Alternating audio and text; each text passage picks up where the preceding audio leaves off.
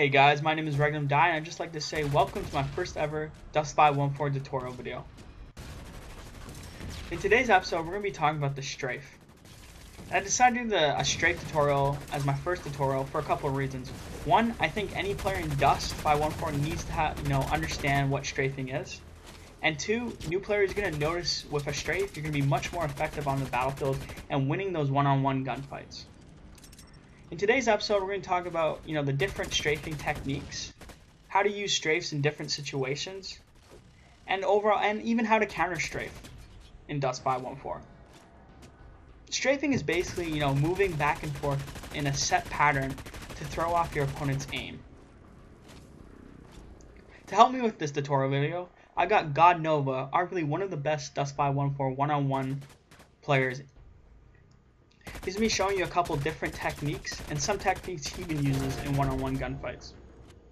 The first strafe God Nova is showing us is the most simplistic strafe in Dust 514, and that is the left to right long strafe. For any advanced to, veteran player, it's going to be really easy to track this opponent. Maybe to some novices, who knows, right? Basically, the reason why this strafe is so slow is because Dust 514 has a really slow left to right movement speed.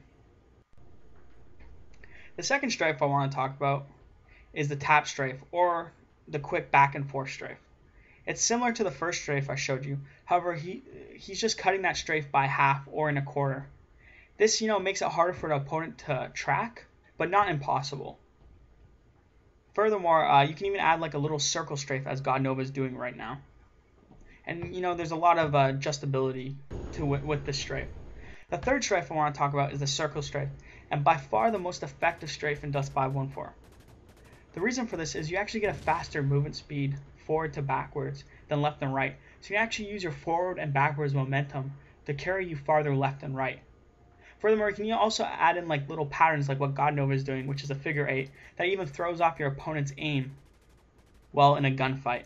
And that's what the strafe does, throws off your opponent's aim in gunfights. This last strafe I want to talk about, this is probably the most complex strafe, not even in Dust, but in almost every tracking shooter. And this is called the counter strafe.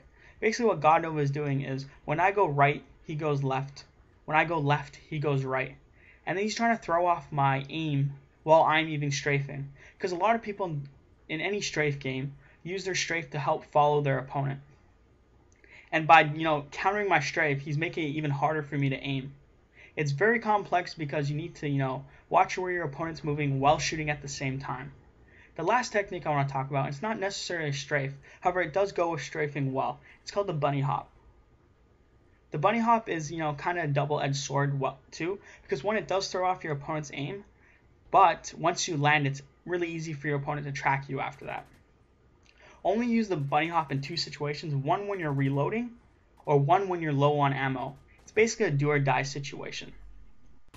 Now I placed two uplinks to show you the ideal strafing length at mid-range, battles. As you can see, I'm doing a circle strafe right now. And I'm getting a lot of good movement from it. The length at what you're strafing at really depends at your range, and I'll be explaining that later on. Now I'm going to show you some one-on-one gunfights, and notice what God Nova does in each different gunfight. Watch how God Nova never stands still, first of all, and watch how his different strafes. Now I'm going to show you a different situation in long range where God Nova fights a guy who has higher territory and is at a long range battle. Notice how his strafe is actually much shorter than the first battle. That's because his opponent has to adjust to every time he makes that small change, making it harder for the opponent to track him.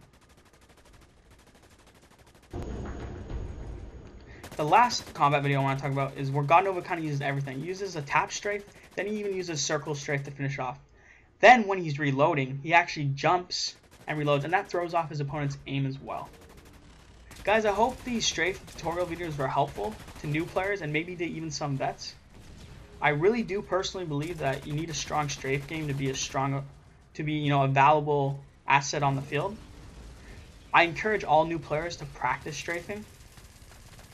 And try these different techniques that I showed. Have a great day, guys.